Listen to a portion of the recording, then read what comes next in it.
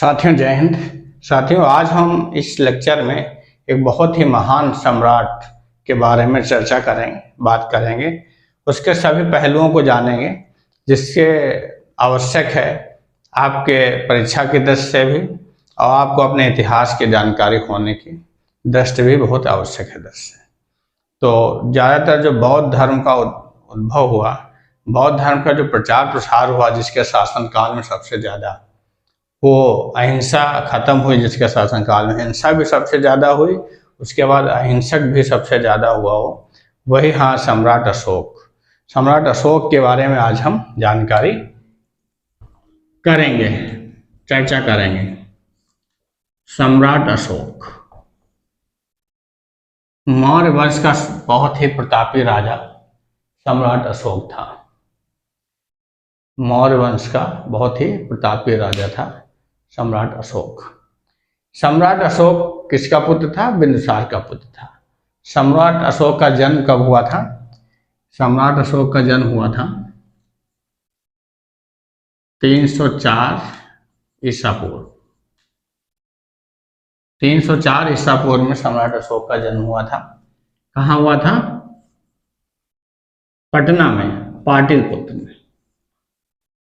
पाटलिपुत्र पटना जिसको कहते हैं आज के वर्तमान में, वहाँ इनका जन्म हुआ था और लगभग 72 वर्ष की आयु प्राप्त करके 232 ईसा पूर्व में मृत्यु हुई थी इनकी। कहाँ हुई? ये भी पाटलिपुत्र पटना में हुई। और ये किसका पुत्र था? वो भी बहुत महान शासक हुआ, बिंदुसार के पुत्र थे। इनके पिता कौन थे? इनके पिता बिंदुसार थे। कहते हैं बिंदुसार को अपने पुत्र के नाम से जाना जाता है, सम्राट अशोक के नाम। सम्राट अशोक के पिता थे कहा जाता है बिंदुसार, इसलिए समझ लीजिए अशोक कितना पावरफुल था। इनकी माता कौन थी? रानी धर्मा कहा जाता है इनको, रानी धर्मा। लेकिन इनका नाम था, इनका नाम शुभद्रांगी था। शुभद्रांगी इनका नाम था। पिता बिंदुसार और रानी शुभद्रांगी जो रानी धर्मा कहलाती थी, इनकी क्या थे? माता पिता थे। और वैसे तो इनके भाई बहुत माने जाते हैं कि 101 भाई थे बहुत से। उससे उन्होंने एक रानी धर्मा क्या थी बताते हैं कि एक दासी टाइप की थी, दरबारी थी बिंदुसार की। तो उनको एक दिन सपना आया कि किसी ज्योतिषी ने बताया कि इनको सपना आया कि इनका पुत्र जो है चक्रवर्ती सम्राट बनेगा। तब बिंदुसार ने इनसे शादी कर ली थी, रानी धर्मा शुभद्रांगी। तो वास्तव में चक्रवर्ती सम्राट अशोक को इन्होंने जन्म दिया। अब ये सम्राट अशोक जो थे किस वर्ष में शासन उसमें बैठे? एक सुशर्मा भाई जो था इनका, जो कहते हैं जिससे बहुत लड़ाई हुई। 3 भाई थे और मेनली सुशर्मा से इनकी लड़ाई मानी जाती है। तो भाइयों से युद्ध करते रहे। बताते हैं कि 99 भाइयों का इन्होंने वध किया। अनगिनत भाई जिसको कहते हैं, उनका इतना नामों को उल्लेख तो कहीं मिलता भी नहीं है। तो इन्होंने कब सिंहासन पे आरूढ़ हुए? सिंहासन पे कब बैठे सम्राट अशोक? तो 269 ईसा पूर्व में माना जाता है। बहुत लोग 268 मानते हैं, लेकिन 269 ज्यादातर जगह आप पाएंगे 269 ईसा पूर्व। 269 से ईसा पूर्व से 232 ईसा पूर्व तक इनका शासनकाल रहा। इनकी अशोक की रानियां कितनी थी? रानियां कितनी थी? तो कई रानियों का उल्लेख मिलता है, कई रानियों का इनका। लेकिन दिव्य दान जो है, जो बौद्ध धर्म का बहुत ही महान ग्रंथ माना जाता है दिव्य दान, उनमें इनकी एक ही रानी का उल्लेख मिलता है, तिस्रचिता का। इसके अलावा इनकी रानियां थी, एक रानी देवी थी, देवी जिसका नाम था रानी देवी। एक थी कारवाकी, करुणावाकी भी लिखता, कहीं कहीं नाम लिखा जाता है कारवाकी। कारवाकी थी, एक रानी थी पद्मावती, पद्मावती एक रानी थी इनकी, और एक थी तिस्यरक्षिता। तिस्यरक्षिता का उल्लेख दिव्यदान में भी मिलता है, और कारवाकी का भी कई जगह उल्लेख मिलता है, दिव्यदान में उल्लेख। अगर क्वेश्चन आता है दिव्यदान में किस रानी का उल्लेख मिलता है, तो आप बेझिझक लिखिए तिस्यरक्षिता। और कारवाकी भी कई जगह उल्लेख मिलता है। तो ये रानियां थी इनकी। संतानें कौन कितनी थी इनकी, कौन संतानें मानी जाती? महेंद्र संघमित्रा का नाम सुना होगा, जिनको इन्होंने श्रीलंका भेजा था बौद्ध धर्म के प्रचार के लिए, संघमित्रा। और एक तीवल, तीवल का नाम सुना होगा बहुत लोगों ने, बहुत लोग नाम नहीं सुने होंगे। और एक नाम सुना होगा कुणाल, कुणाल और चारुमाती। 5 संतानों उनकी मानी जाती हैं, उनका उल्लेख मिलता है। बहुत ही प्रतापी राजा था। इनका जो विस्तार था कहाँ तक था, राज्य विस्तार, साम्राज्य कहाँ तक फैला हुआ था? इनका साम्राज्य माना जाता है कि वर्तमान के भारत पूरा, पाकिस्तान पूरा, पाकिस्तान, बांग्लादेश,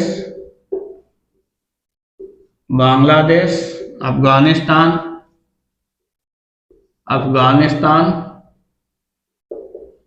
ईरान के कुछ क्षेत्र, ईरान और मिस्र के कुछ क्षेत्र। समझ लीजिए इतना साम्राज्य इनका विस्तार था, इतना ज्यादा इसने जीता था अपने तलवार के दम पे। कहाँ से इनका जो मेन आया, 8 साल तक तो ये 7 साल तक बहुत युद्ध करते रहे। फिर 8वें साल इन्होंने कलिंग पे चढ़ाई की, उड़ीसा में, वर्तमान उड़ीसा में स्थित राज्य कलिंग। कलिंग से इनका हृदय परिवर्तन होगा। कलिंग की लड़ाई कब लड़ी इन्होंने?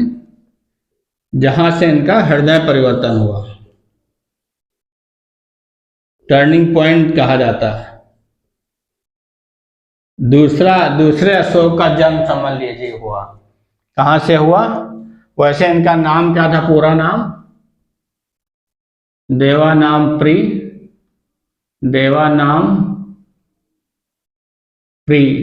अशोक।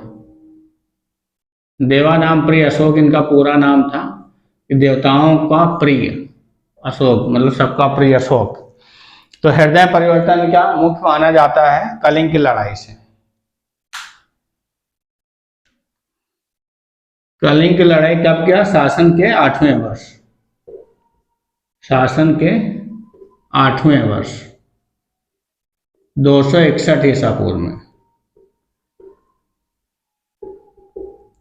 और बताते हैं कि ये लड़ाई इतनी जबरदस्त थी, कितने इसमें कलिंग की लड़ाई में,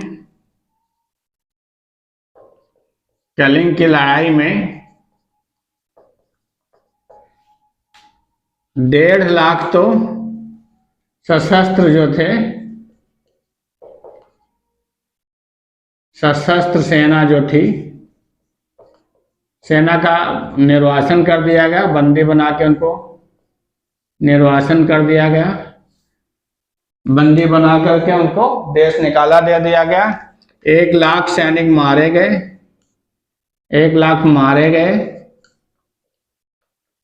और 1.5 लाख ही घायल हुए, गंभीर घायल हुए।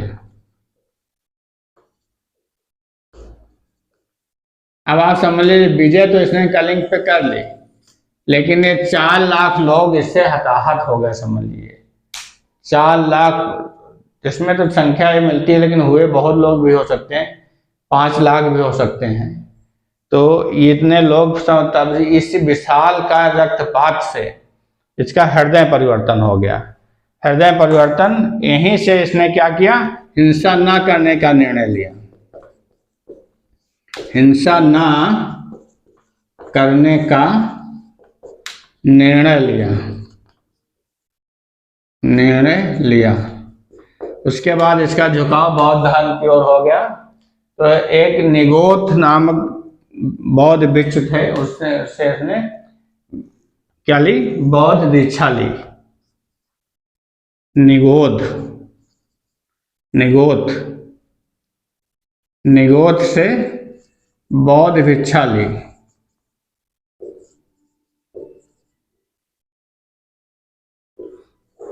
और शासन के 10वें वर्ष बोध गया की यात्रा की। बोध गया की यात्रा की, जिससे और प्रभावित हुआ। और शासन के 14वें वर्ष इसने पूर्ण बौद्ध भिक्षु बन गया। पूर्ण बौद्ध भिक्षु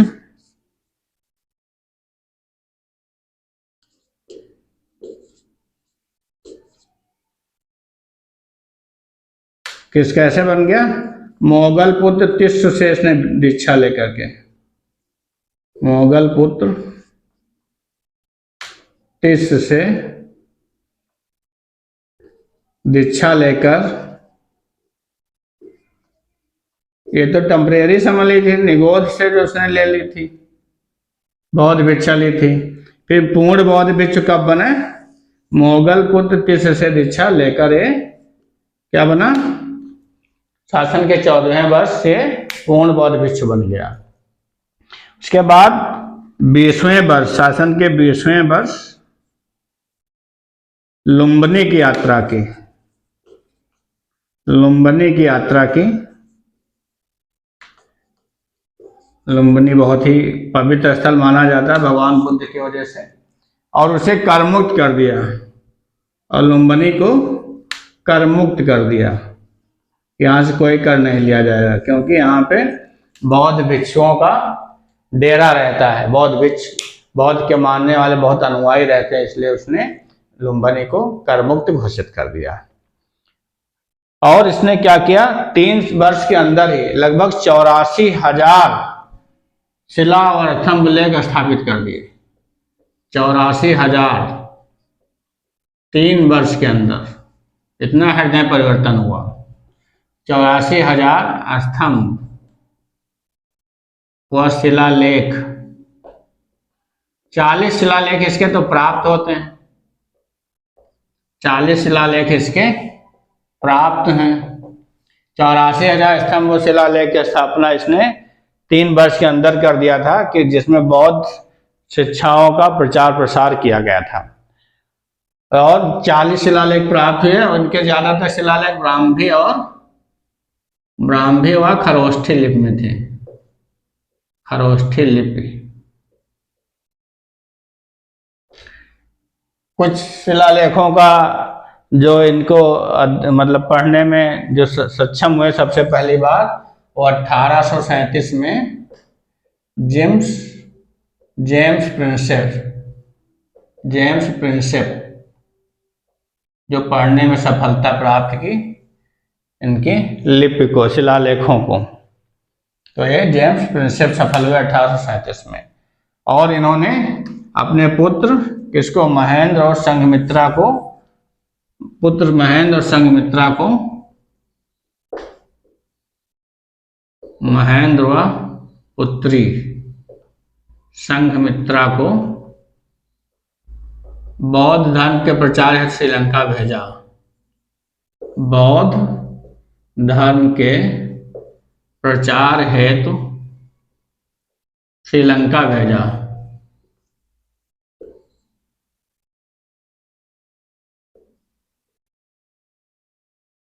नालंदा और तक्षशिला इसके समय के बहुत ही फेमस विश्वविख्यात बौद्ध मठ से संबंधित विश्वविद्यालय थे, जिसमें बौद्ध शिक्षाएं प्राप्त के लोग करने विदेशों से आते थे। तो ये रही अशोक के बारे में जानकारी, जो लगभग जो परीक्षा की दृष्टि से बहुत इंपॉर्टेंट चीज़ें पे हम लोगों ने इस पर अध्ययन किया, फिर डिस्कशन किया। और अगर छूट गया हो कुछ तो आप कमेंट बॉक्स में अवश्य कमेंट करिए, हम उसको बताने का अवश्य कोशिश करेंगे। साथियों, ऐसी बहुत सी जानकारी हमारे कैलिबर अड्डा के प्लेलिस्ट में है, आप जाके उसे देख सकते हैं। ऐसे छोटे छोटे टॉपिक के माध्यम से हम इतिहास को पढ़ने की कोशिश करेंगे। आप हमें साथ दीजिए और हमारा मार्गदर्शन करिए और सुझाव दीजिए।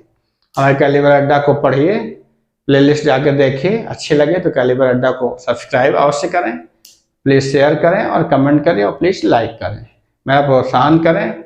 और आप भी पढ़ते रहिए, मस्त रहिए, व्यस्त रहिए, अपने करियर की ऊंचाइयों को छूइए और ज्ञान अर्जित करिए। ज्ञान अर्जित करना बहुत आवश्यक है। आप सफल व्यक्ति बनिए, जरूरी नहीं कि आप सर्विस ही करिए। तो इतिहास है, हमारा भूगोल है, इसकी जानकारी तो ऐसे आम आदमी को भी होनी चाहिए। साथियों, पढ़ते रहिए, मस्त रहिए, व्यस्त रहिए। जय हिंद।